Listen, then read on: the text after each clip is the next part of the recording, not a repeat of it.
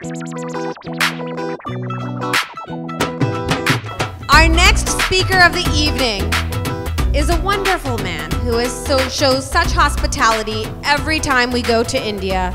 Ladies and gentlemen, my screen in the back, Fred Ebrahimi.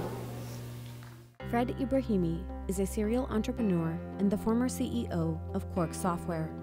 He is the owner of Quark City, a development company in Mohali, Punjab that includes world-class residential, commercial, retail, and hotel projects, and is in an IT special economic zone.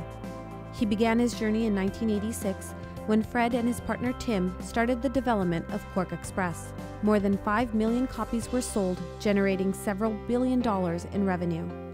During the construction of Quark headquarters in Mohali, it became clear that the expertise in development of infrastructure in Punjab was very limited. Fred decided to purchase over 2,000 acres of land to develop infrastructure in Punjab.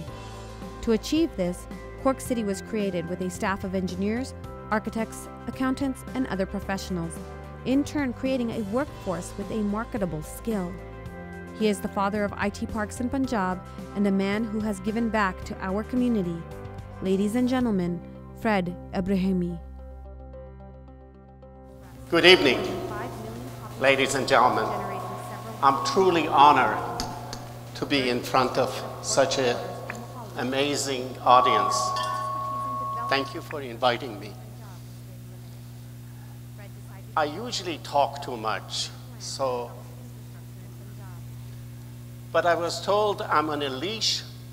I already have one leash by my wife as how much I walk. But they told me also they're watching every second.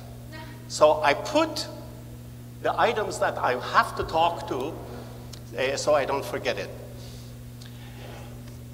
Today is the first day of spring. It's the spring equinox. For us Persian, and as you know us as Parsis in India, this is a very, very important time. We have been celebrating it for 6,000 years at least, and I understand many Indians and Punjabis do the same. So congratulations for Nowruz. Happy New Year. Thank you. As I look at this audience and I listen to Secondar's speech, I say, wow, this is amazing IQ in this room. I'm sure as you have come to New Jersey, the average IQ of New Jersey has gone up. I wonder what happened to average IQ of the places you came from. You do the calculation.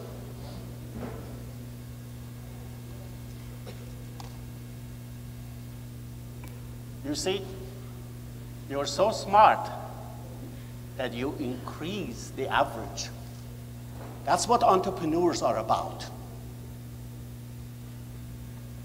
And with that comes a responsibility to help others that they are not as fortunate.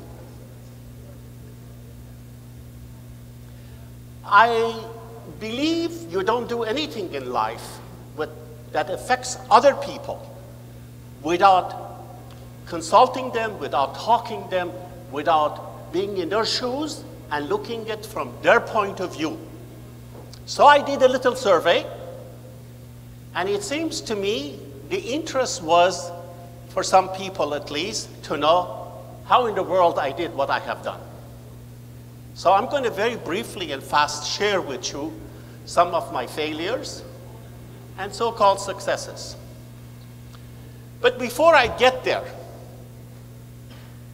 I think an important question you should all ask yourself is, what is success? We have illusion about what success is and what is failure. Let me share with you one experience I had personally, or two of them. Several years, at least 3 years anyway, before Steve Jobs did the first Apple computer, I did a conceptual design as a partner in a firm of a first microprocessor-based personal computer. It's still sitting in my One of it is sitting in my basement in Denver. We manufacture 80 of them in Guam because government Guam wanted high technology and gave us a grant for doing it. We sold 8 of them. We had 12 returns. The reason was none of them worked. Now to you, was that success or failure?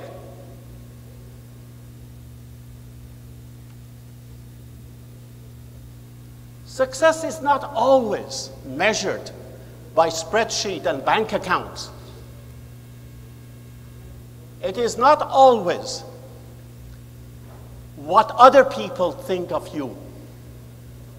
A very important issue being a successful entrepreneur is you have to learn to use different measures as what is success and what is failure. I'll give you another example. I funded as a venture funder and as a mentor a couple of brothers called Deba brothers.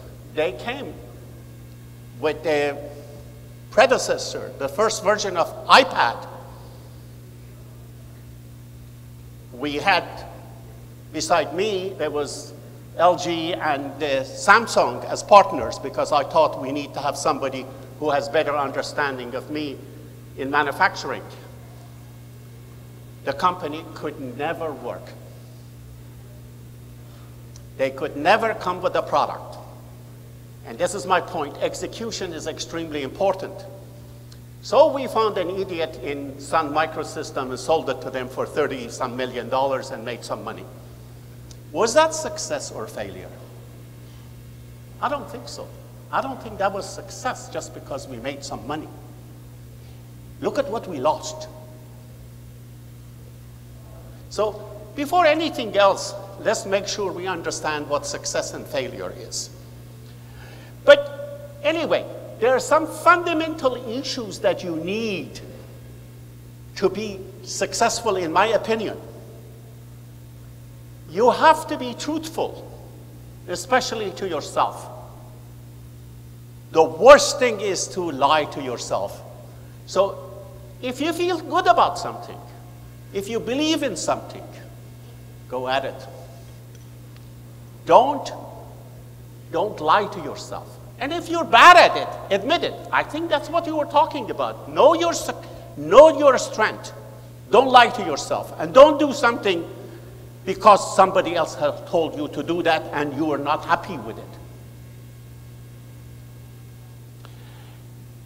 I personally believe that the best thing to do, whether it's software, hardware, services, buildings, growing nuts or whatever, and I do many of these things, is that you have to go for the best quality. If you have the highest market share, your cost is much lower, it's much easier. When you have only 10% market share of something in software business, that means you're out of business. You have to have significant market share to be successful. You have to add quality. You have to add value to what you do. If you take two pieces and you put them together, they have to be producing much more. You have to, of course, the most important issue, have respect and really care and love your customer, your employees, your suppliers. I know this is hard to believe, but how could you possibly be successful if any of these people are not successful? The other issue is very important. You have to take risk. You can't be an entrepreneur and not take risk. But the way you remedy risk is you calculate what your risk is. Rather than going gambling in a casino, build a casino, where the odds are in your favor, not the other way. Now, I have a methodology of what I do. When I was very young, I read a lot of philosophy. And I remember, maybe I was 10 or 11, I read Descartes' Discours de la méthode. For those of you who are software engineers, you understand that was the father of algorithm. That's how algorithm was developed. You have to have a method. You have to have a way that you go about what you do in life. Obviously, for somebody like me and many of you, technology is important. But there is an ingredient that most of, especially engineers and business people and financial people, miss. And that's an understanding of the social sciences.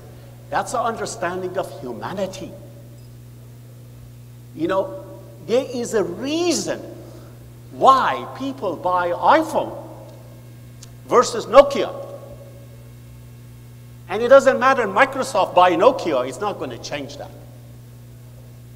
There is something about a product that you fall in love with, and you're willing to pay 3 times the price, and versus junk that exists. Most people don't understand that. There is value in adding quality and designs and these things to this. Now, obviously, it's very important to be innovating. You have to come with new things. You have to do research and analysis of what you do. And very fast, I'm going to give you some example of what I have done successfully, maybe. Cork Software was an example. We got 85% copy. We sold $5 billion worth of the software. And that was a good thing. And then when the publishing industry went down, I got out of it. Maybe I delayed a little bit, but when you think something is not working, get out. I made many mistakes. I get it. I knew I'm going to talk too much. I didn't mean.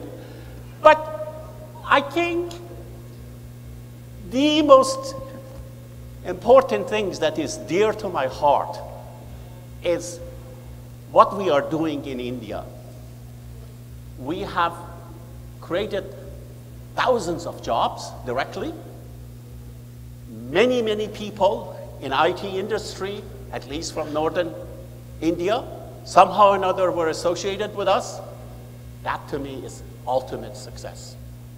So I like very humbly to invite you and propose that maybe your next session or an additional one, as our guest, to come to Mohali, Punjab, and see what you could do in Punjab together. I have to admit, I'm biased, I'm prejudiced, I'm here to influence you to do something in India, in Punjab specifically. Thank you very much.